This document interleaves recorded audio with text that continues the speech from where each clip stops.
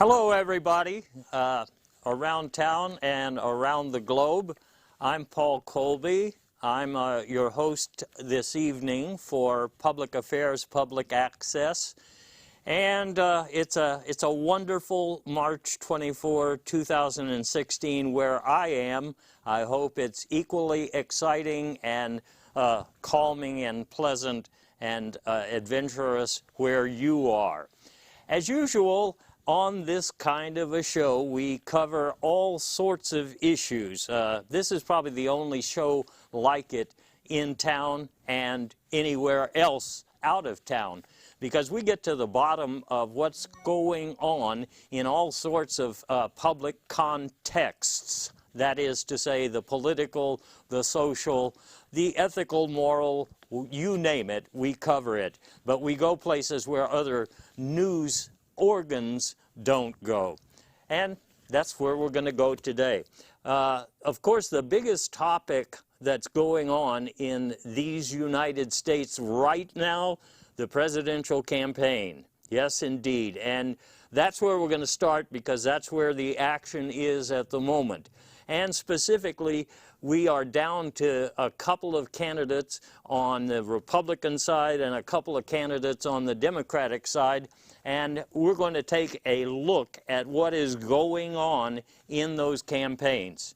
You know, Donald Trump, I don't have to tell you, is a controversial figure. One of the things that's most controversial at the moment is the issue of violence at Trump rallies. Well, Donald, has said there isn't any violins at Trump rallies, but we know differently. As a matter of fact, Trump hired somebody to play violin at most of his rallies.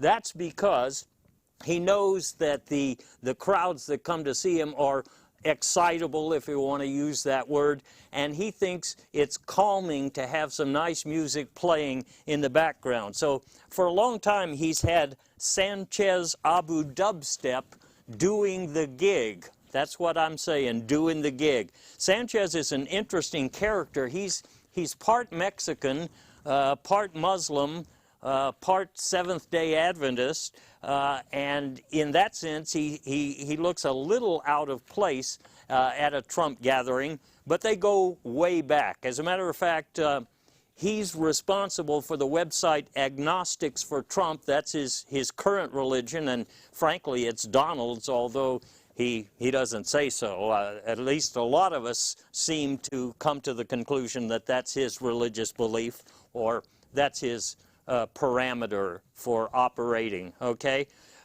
Anyway, those excitable crowds get to hear some interesting background music while Donald is preparing to take the stage. One of the most popular pieces, I think, is Paganini's Romp with a Trollop, which some of you may remember if you went to music school. Another one that seems to go over very well is Tchaikovsky's Skinny Magician. But anyway, that being said, it is likely that Sanchez will be leaving the campaign shortly, because he's getting some popular drive time, you know, on radio stations, and he's also being asked to appear on late night talk shows. That's because he's so popular. Anyway, even in spite of the calming music that is being played at the Trump rallies, there have been chaotic events lately. And Donald says it's because of some provocative signs that demonstrators bring to these events. For example, I saw one yesterday that I thought, you know, Trump is a biped. I thought this was pretty offensive. I mean, these days where nebulous sexual identity is such a repeated topic on the news, obviously he is a little bit upset to be called a biped, you know, although frankly I'm a biped too myself. There are other vegetarian type assaults on the Donald's character. Where's my tofu snack is one that I can see would get under his skin. And then there's the this one I don't quite understand. Put a dress on it. I don't know the exact meaning, but it doesn't sound very friendly. And so Donald probably has a point there that these things are offensive, you know, not only to him, but to everybody. They're vulgar. But you know what really gets to the Donald? And I'm not saying, you know, the crowd's getting out of control. I'm talking about the Donald. It's when they have certain questions at town halls, and we've got some audio, but let me just give you the context. This is from a very, very well-educated high school student in one of the town halls earlier this year, and it really got to Donald. Take a listen to this. Can you provide some detail on either the financing, the mechanics, or the implementation of at least one or two of your grandiose schemes? Very, very thoughtful question, don't you think? And what an odd voice. It was almost robotic, as if this high school student wasn't from around here. You know what I'm saying? In any case, Trump's response was predictable. It's the same response he almost always has, which was, go home to mommy. That's what you hear him say quite a lot at his rallies, anytime that something upsets the proceedings. Go home to mommy. Well, you'd think that's a normal thing to say. It's sarcastic, like the Donald is. But I got a tip recently from a source. It's a mole in the Mexicans Who Love Trump political group. It's not a very big group. But anyway, and I keep getting some alerts from my staff trying to update me on all of these things I'm talking to you about. In any event, go home to mommy seemed perplexing to me, and when I got this tip, I followed up on it, because you remember that birther controversy surrounding the birthplace of our current president, and who was behind it? The Donald? Yes, yes. There's another birther controversy in the making, because this is the first time you're going to see this. Nobody else has it. This is Donald Trump's birth certificate. Yes, it is. And it shows something that you probably weren't aware of, that the Donald is not from around here. He's from the star system Pooler Nomast, excuse me. I hadn't been aware of this group of stars before, but there's a planet there called Mommy, M-O-M-M-I, Mommy. And it appears to me, based on the research I've done and my staff has done, that his father, Gottlieb Stan Tudor, sent him, the Donald, here on some sort of a mission years ago. That is, I'm telling you, that is information that is so hot that nobody knows about it, and nobody but me is going to touch it and explore it further. But we're still figuring out what this means. If the Donald is not from this star system, then something really strange is going on in national politics. And, well, we can stop there until I have more data, because it's highly provocative what we've found already. But let's just continue talking about this campaign of Donald's. One thing that is a big issue right now, Trump University, because it's not a real university. We all know that by now.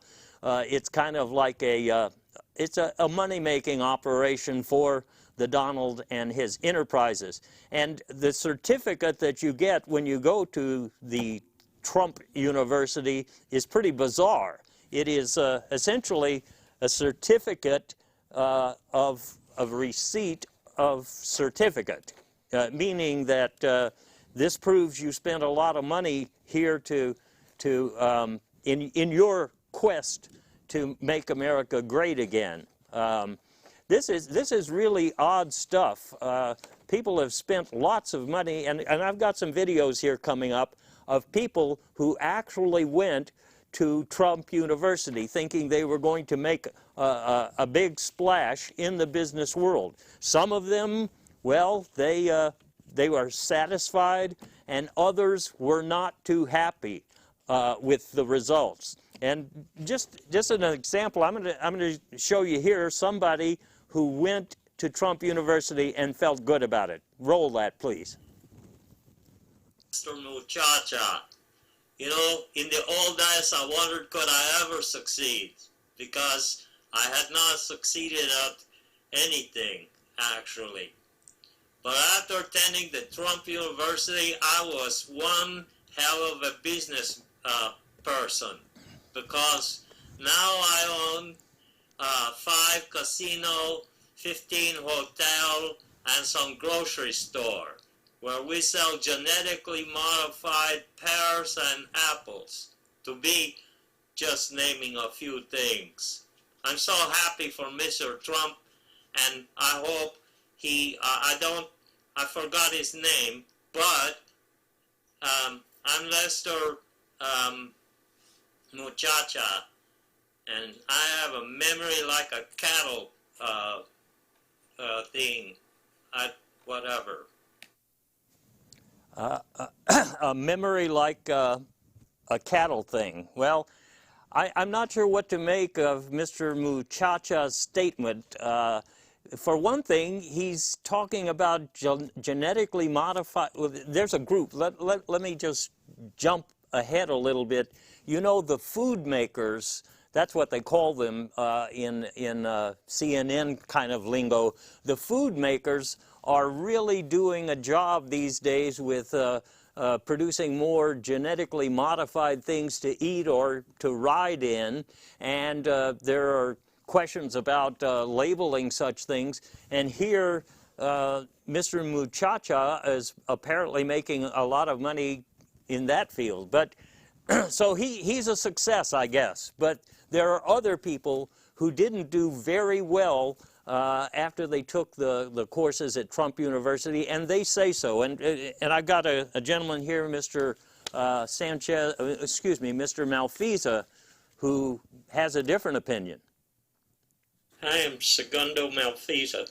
I went to Trump University some years ago because I wanted to be a big businessman. So that's why I went. But I was very disappointed. Mr. Trump didn't actually teach any courses. I did enjoy English as a second language with Sarah Palin, but it didn't help me in business very much. So now I'm bankrupt. Well, I've had several bankruptcies, but I'm told that Mr. Trump did also. So maybe I am successful. Well, I don't know what to make of that gentleman's experience, because he looks like he's still trying to master English as a second language. Nonetheless, you can see that people have differing opinions, and I'm sure that's going to continue to be a campaign issue. But there's more issues involving the Donald, and another big one is he won't release, or at this point he hasn't released, he says he's going to, released his tax returns. There must be something in there that he doesn't want us to see. I can't say that my staff, as agile as they are at this kind of thing, has been able to unearth the tax returns, but we did find some notes that Donald sent to his accountant that shed some interesting light on, well, we're not sure exactly what they share. Well, here's one about his hair, and you can see that he's spending, I mean, first of all, you wonder, a guy that rich, why would he have hair like that? Okay? According to this note to his accountant, he spent $286 million renting this hair, renting this hair? Well, what we have discovered, and I can't show you all the top secret documents, but they're out there. Apparently, this hairpiece that he's renting is some sort of communication device. He receives signals from another planet, apparently, and they come through the hairpiece. Pretty revolutionary thing, and obviously you haven't read about it anywhere else. You haven't heard anybody talking about it yet. There's more to it than I'm saying, but that's about as far as I can go right now. And that's not the only note, by the way, that we have. We have another note to the accountant about his wall plans. He had designs for a wall before he started talking about it in the campaign. You know, we're going to build a wall around this country, but you can see that in the in this note, he's got a 40-foot wall that he's working on with concrete and barbed wire and flashing lights, and apparently he's buying the materials, or he bought the materials from China because they were cheap. But what was this wall about? Well, somebody speculated, and my staff keeps trying to update me with more information. I see. Well, no, we can't say that. We think that he built this wall to keep certain signals out.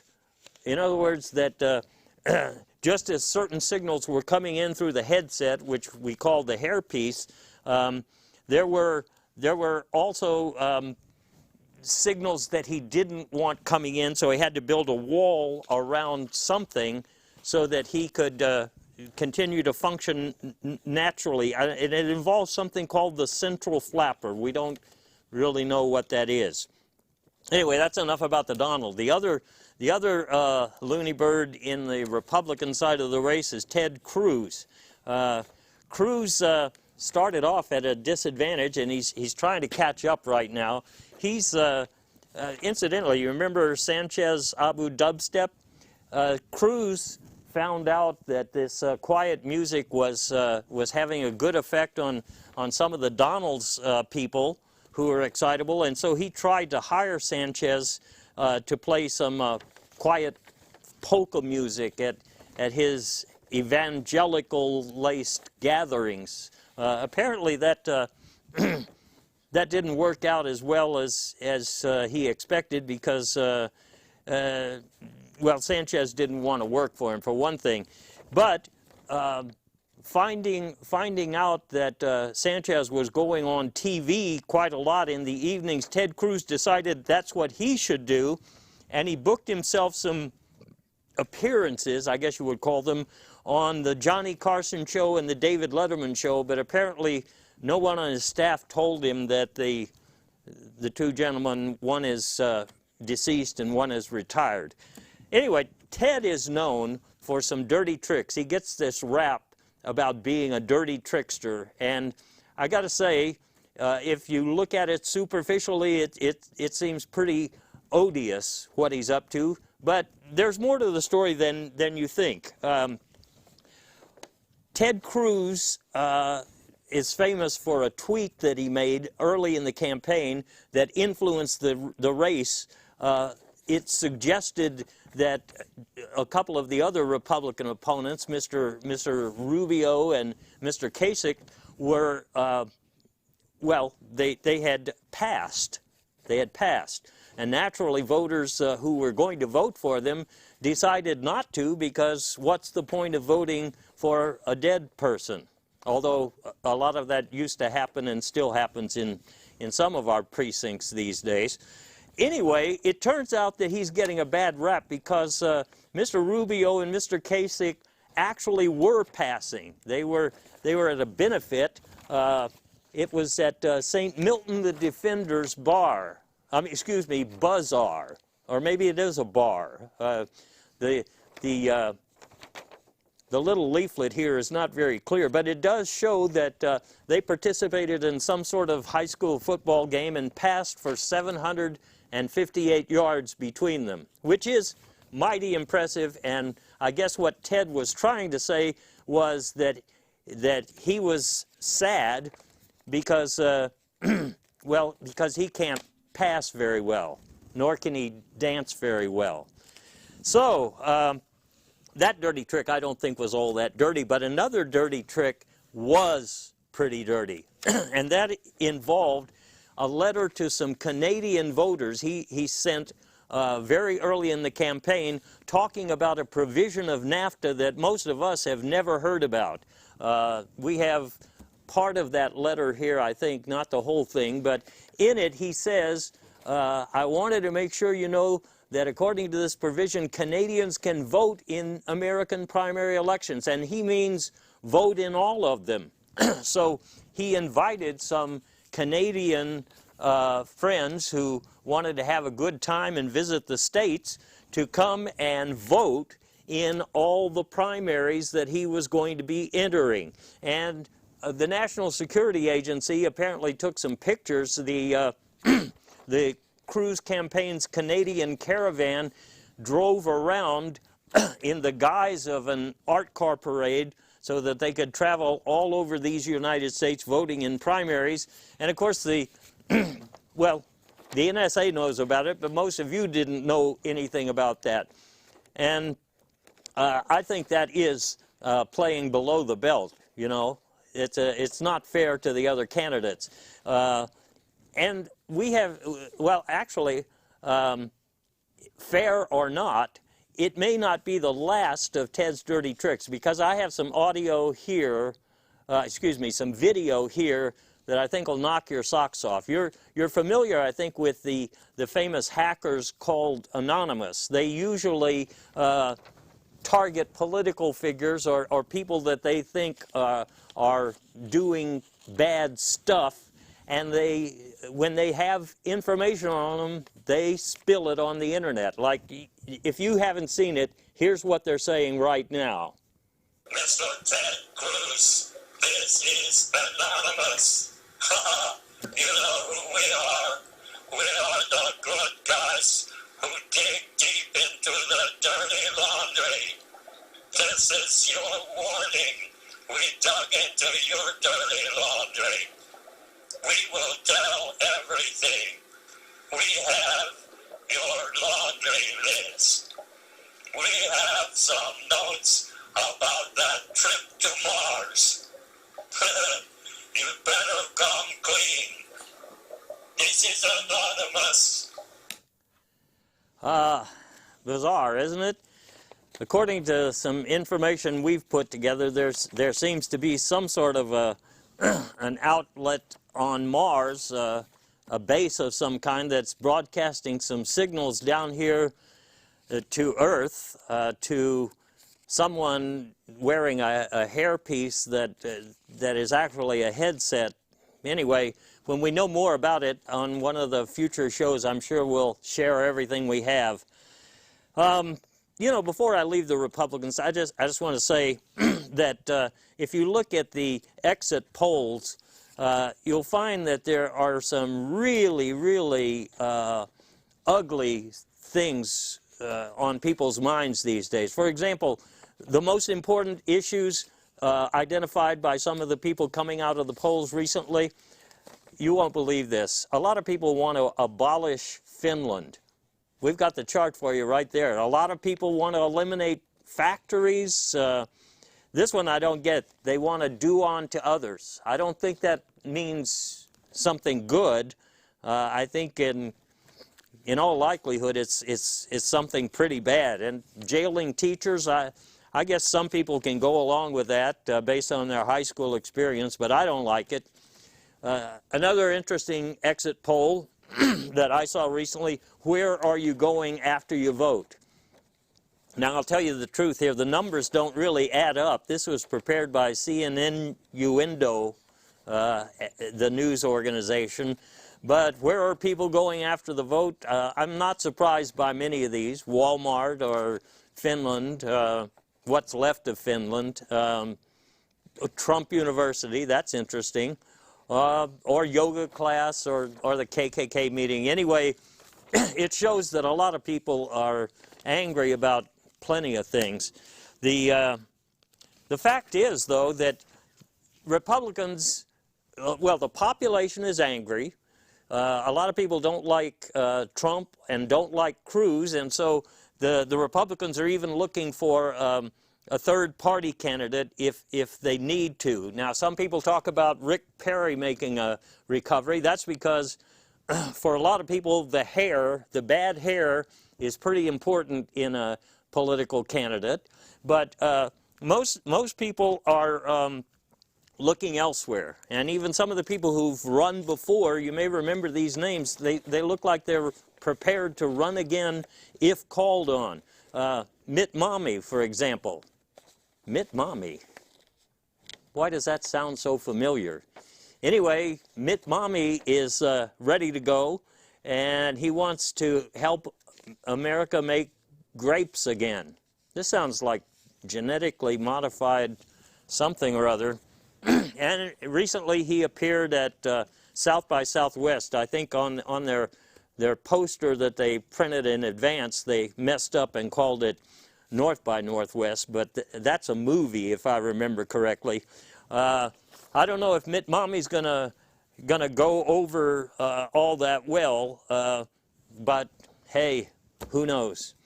What's going on the Democratic side? Well, you've got Clinton and Sanders duking it out. And the biggest thing that is a hassle for the Clinton operation, this subject of emails. She has emails that have been released, and most people just know that they're there, and they think there's something bad in them, but they haven't actually read them. Well, I've looked at them, and let me show you one here that's going to knock your socks off. This might explain a lot about this campaign. This one is to the Trumpster. Who do you think that might be? And it's copied to a Miss Washermoon. Sounds familiar to me. And it's suggesting that Donald keep going through March. Keep going. I think I can draw some conclusions about what that means. Maybe the Donald is in the race for a different purpose than we think he is, namely to mess things up. At least that's what this email seems to suggest to me. It's not the most interesting, though. Here's one that goes to this food makers question. And it goes to this entertainment at the rallies question, too, because she says here that there's plenty of money in the supper PAC where the fake food makers have donated. And she wants to use some of this money to get the drug catfish guy to play at the rallies. Drug catfish guy. And she also wants to know, this is interesting, she wants to know why Cruz is visiting Mars. Strange, very strange, but I think there's something here that the press is missing. And we're still working on it to figure out what it's about. The other big hurdle that the Clinton campaign has to try to deal with is these speeches that she's given to Wall Street folks and the demand that's out there that some of them be released. Now, we have, my staff, boy, are they useful when it comes to digging up these things. They've found what appear to be some preliminary transcripts of these speeches, and my God, are they bizarre. In fact, I'm not even sure they're real. This first one here to Goldman Sachs is talking about chess player Earl Dorsey's fight with Syntax. I haven't ever heard about his fight with Syntax, but eating a lot of chicken in the time frame does make some sense. But this is gobbledygook. And the next speech that I've looked at here, she's talking about UFOs, and it's nice to be in the air conditioning instead of plowing fields. And there's a UFO that was waving at her, and she loves NASCAR races on TV, and she drops everything to whoop it up. a run-in with a nun. This is not exactly what people have expected to see in the speeches, and that makes me suspicious. Like, here's another one to Credit Suisse. Here she's talking about the joy of taking home 250 big ones for shooting the breeze with these guys, and she's going to build a huge concrete gopher in her backyard, scaring away some giant Weezer moths. That sounds like something that would be a product of some sort of odd genetic engineering, but what can I tell you? She's got some stuff to deal with, but so does Bernie Sanders. Now, Bernie, as you may well know, Bernie draws enormous crowds, and when I say enormous crowds, that's exactly what I mean. People ask, how does he do it? Because he actually draws more people to his events than any other candidate. So we took a look to see what on earth is going on here, because it just doesn't make a whole lot of sense in the standard political context. Here's what we found out. Number one, a lot of people are confused, and they think that it is Ernie Sanders, the famous rock musician, who is actually running. Ernie has a new LP out right now, Drug Catfish Blues. But Ernie is one of those guys who's had a really long career. And matter of fact, he started out as lead guitar with the Skinny Magicians long ago. I mean, way back in the Woodstock era. And he's had a career that goes all the way to the present. He also was temporarily the lead guitarist for Buns and Noses. So let's see what that means. That means that, first of all, some aged hippies who never vote think they're going to get to vote for Ernie Sanders, and that's why they're interested.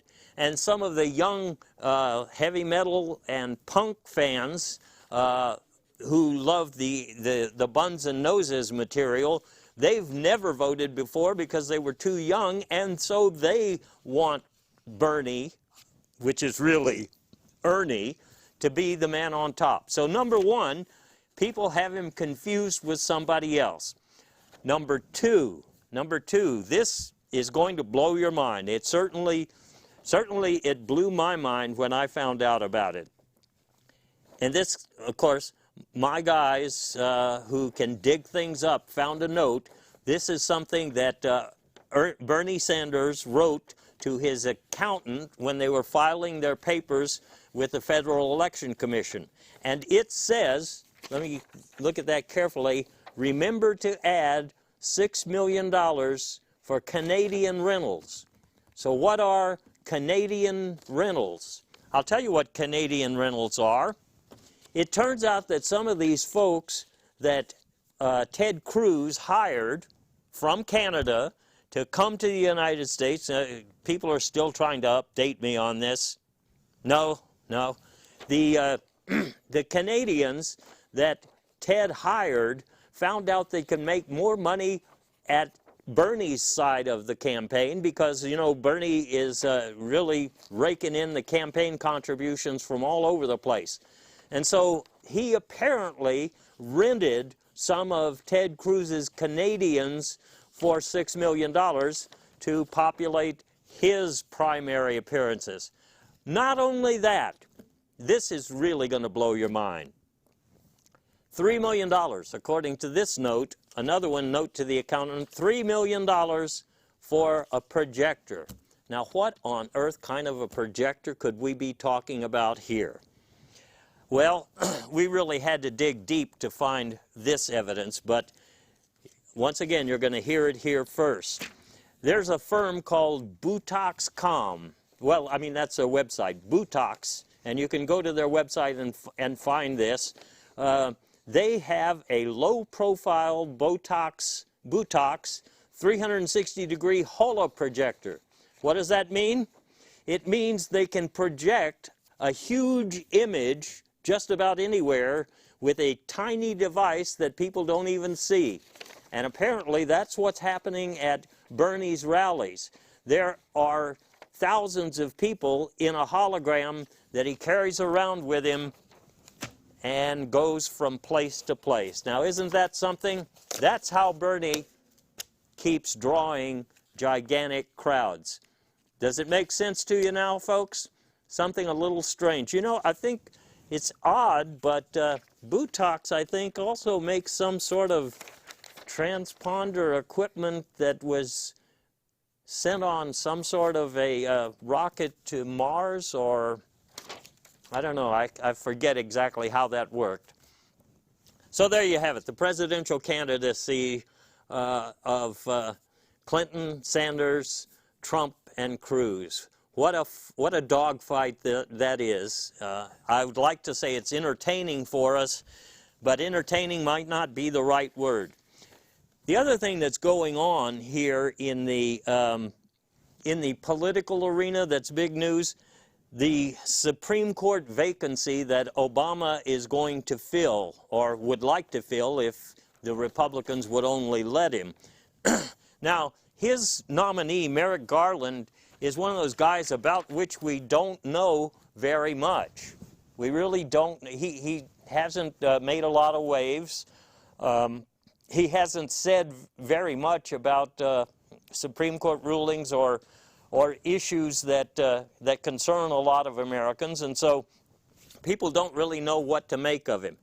There are just a couple of things that that he has commented on, and since there's just a couple, we need to look at them closely, because really it's all that we've got to go on, you know. So one thing he's talked about is the decision in a Supreme Court case, Mr. Cheese Industries versus City of Hype YMCA. You probably don't know much about this unless you went to law school.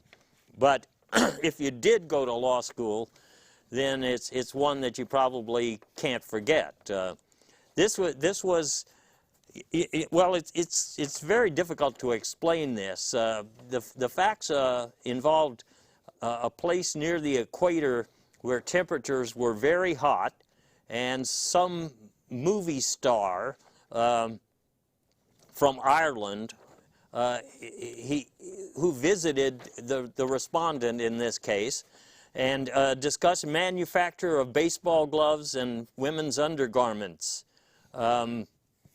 The story gets way more complicated than that, because this involved the National Association of National Associations, and they well, it's very difficult to explain what this case is about. It involves elevator music, and of course elevator music hadn't been invented yet, so that's curious. It suggests somebody time traveling with elevator music technology that didn't exist in 1878, and a movie star who starred in well, this film you wouldn't recognize it if I told you.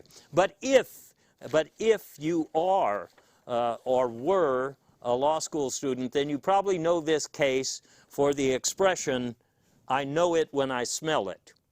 I know it when I smell it. Another case that Mr. Garland has talked about or referred to or said he was influenced by is the one called Drug Catfish Auto Parts versus Botox. That seems to be the same Botox that we were talking about a little while ago, the one that builds the hollow projector. And this was this was something that was decided back in 1944.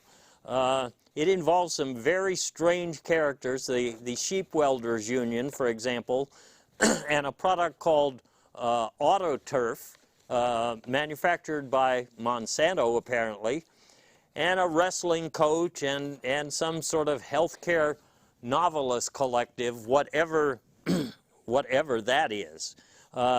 This one, I never could understand what the decision actually said, but some lawyer colleagues of mine like to refer to this one as the case that said, put a dress on it.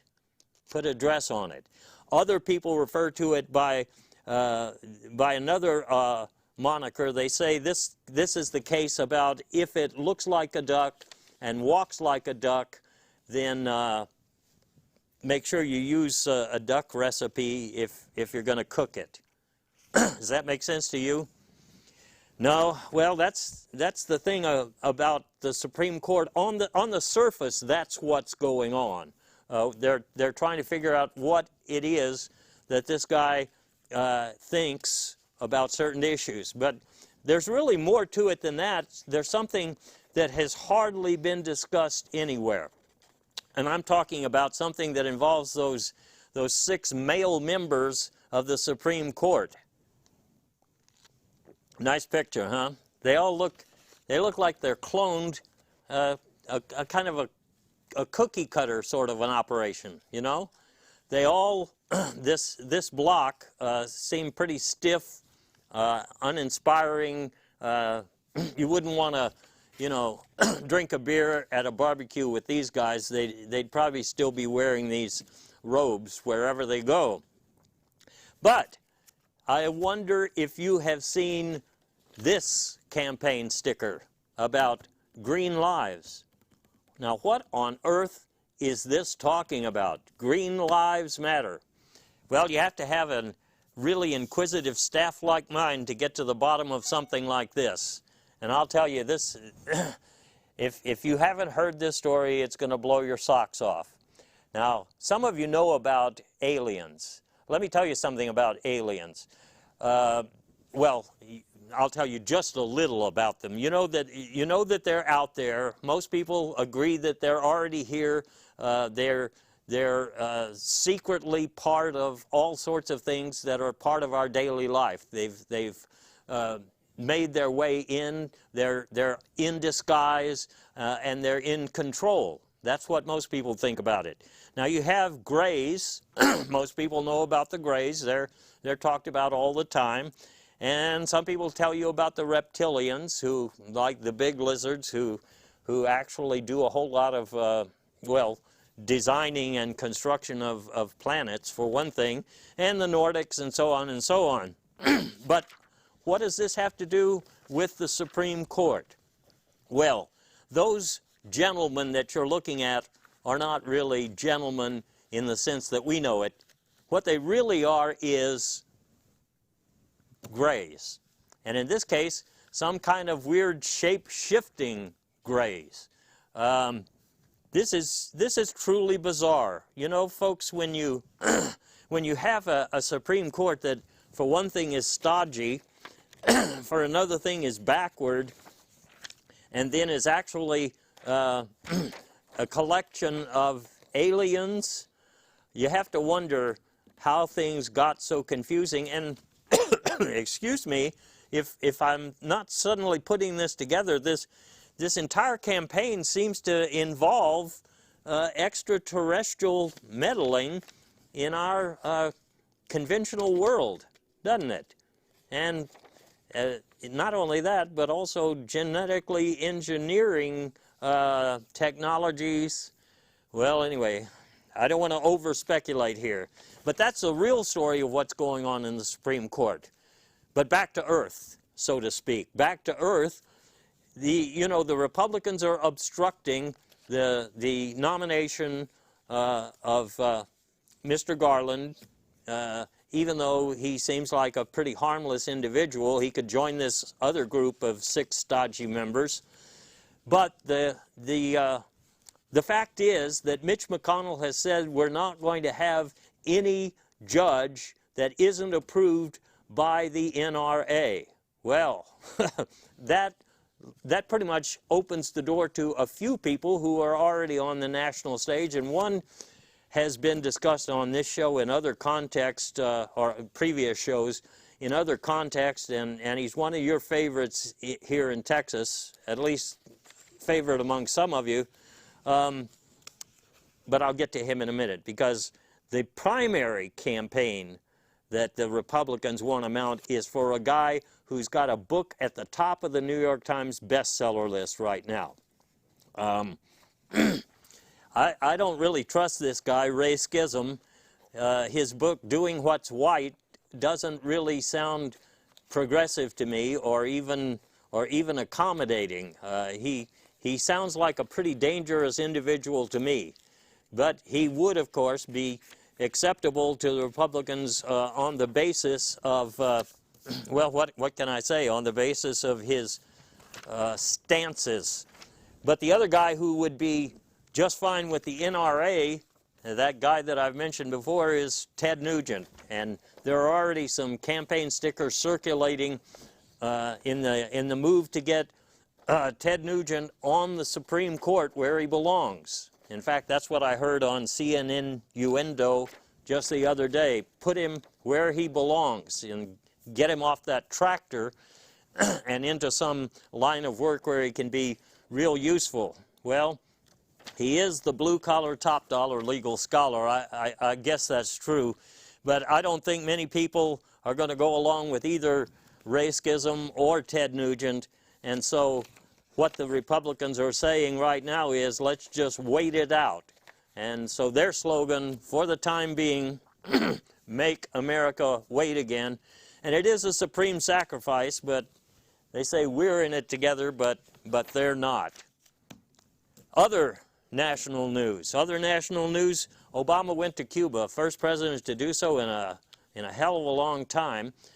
Some people think it's because they wanted to exchange some recipes with the Cuban government, or to find some files that are supposed to be there about Ted Cruz and what he's up to.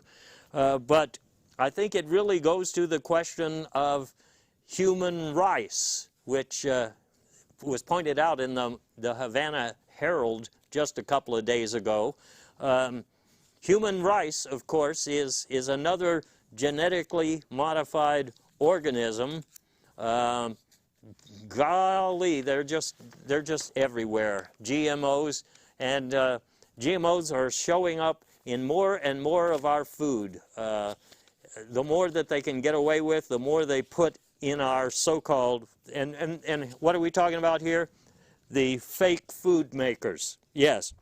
Now, you're familiar with South by Southwest, right? Or North by Northwest, according to Mr. Mommy. In any case, it used to be about music, and then it was expanded to include film, and now it's expanded again to include technology. And this year a lot of that technology that's being talked about, that would be genetically modified stuff, especially fake food. Here was a circular you're looking at that I received when I visited, and it involves a lot of food products and shampoos and everything, and they're all containing some strange ingredients. There was also, as you see here, an ad for a new product coming, which is unleaded water. And I think the crisis in Detroit, Michigan, Flint, Michigan, is what created the demand. And you see that this is a trend. This is something that fake food makers do very often. They invent a crisis so they can introduce a new product, in this case unleaded water. And well, another thing that has been part of their format these days has been talking about gluten-free products.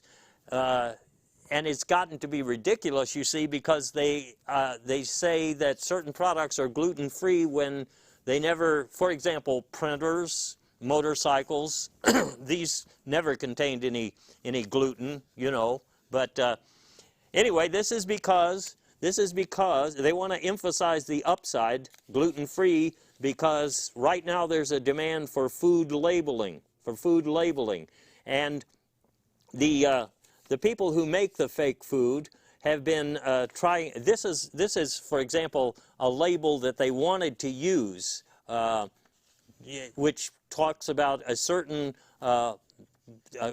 ingredient, you know, which is on this label, an ingredient that is in a product, but it is also gluten-free. Well, it turns out after the marketing people wanted this, but the lawyers said, we better do this, which is to identify this particular product here as a systemic organophosphate herbicide. And you know what it is. It's it's in more water than just Flint, Michigan. It's in your groundwater, and it's in, well, it's just all over the place. It's thanks to Monsanto. Good for them. But anyway, as I was saying, at South by Southwest, there were samples of all sorts of things that are going to be available at the restaurant or at the grocery store soon. I tried and I enjoyed the mashed potatoes. They were a little fibrous. The lettuce prey was very interesting. I mean, it was highly interesting. I don't think I'm going to go in for any hamburger shoes, though, in the instant future. Not only is food technology something that I saw at South by Southwest this year, but of course, because of the fight that Apple is having with the FBI, there were some new communications devices being shown there. And one of them was the new iPhone 7. iPhone 7 is one of those products that, well, this is basically for people who don't want their phones to be unencrypted or broken into by our law enforcement or surveillance agencies, which already, well, interesting, just as a side here, the FBI was demanding that Apple produce a key to unlock a so-called terrorist phone, and Apple said no can do, but the FBI could certainly have just avoided the entire process and gone to the NSA, which of course is recording everything that is part of every kind of communication device that everybody uses these days. So it seems strange. But that being said, for people who do want to keep their phone, in a condition where it works for them but not for anybody else, this looks like the product of the year. This thing is ultra compact. It looks just like a toothbrush. And according to their literature, it is based on Planet Mommy technology. Where have we heard that before? Go home to mommy. Some of the people who are inventing these products obviously should be going back to mommy because, well, at least that's what I think. But as you might guess, this product is gluten-free, just like all the phones I've ever had and all the plastic footballs I've ever had, and, well, you name it. There were a few other things on display there. For example, you had driverless cars, and these are getting to be increasingly popular, but one wonders if it's going to stop there. For example, they had a prototype of a driverless bike.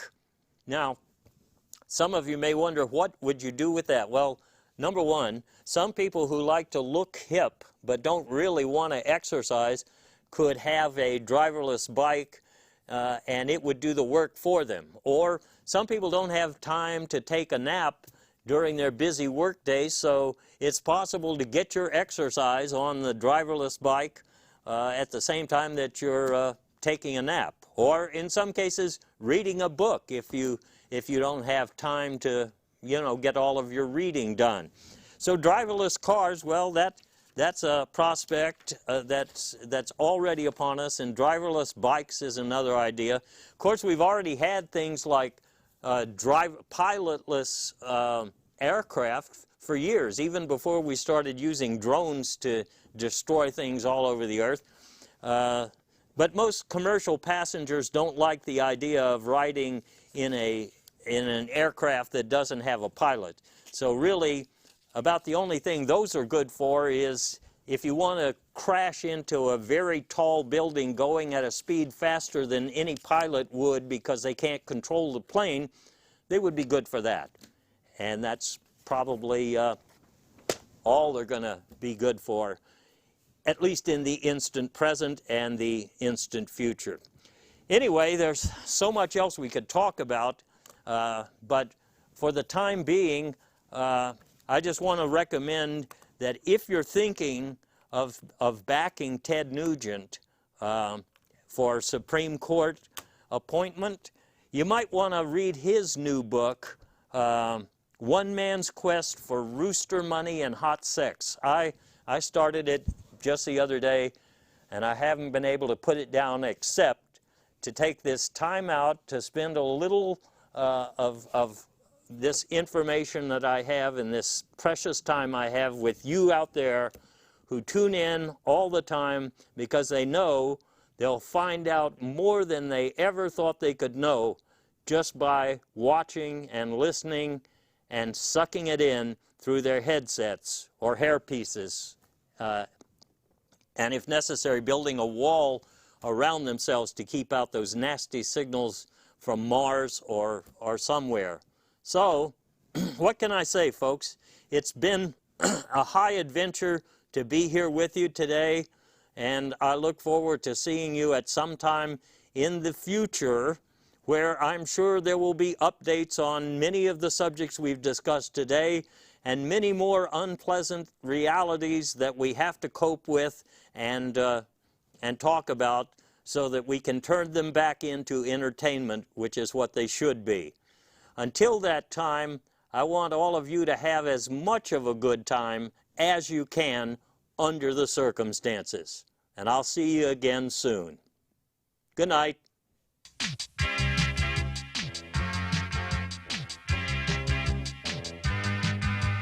How many stairs must a man with bad judgment fall down before he decides to take the elevator? And how many explanations will some people swallow like goldfish until they are stuffed to the gills? And what are the consequences of attempting to learn the techniques of hula at home as opposed to performing them in the company of professional instructors? The answer to the question, my simpering little friend, bowling in the wind with Bob and Carol and Ted and Alice in Wonderland. And how many helpings of lima bean souffle do some wrestlers discreetly consume? Who wants to know? And who really speaks for the rugged American with access to sensitive government files and poor comprehension of the uncertainty principle? What sort of a sport is there left for the self-styled defender of logical positivism who has very little in startup capital? Well, the answer to the question, my inquisitive little friend, bowling in the wind with Bob and Carol and Ted and Alice in Wonderland.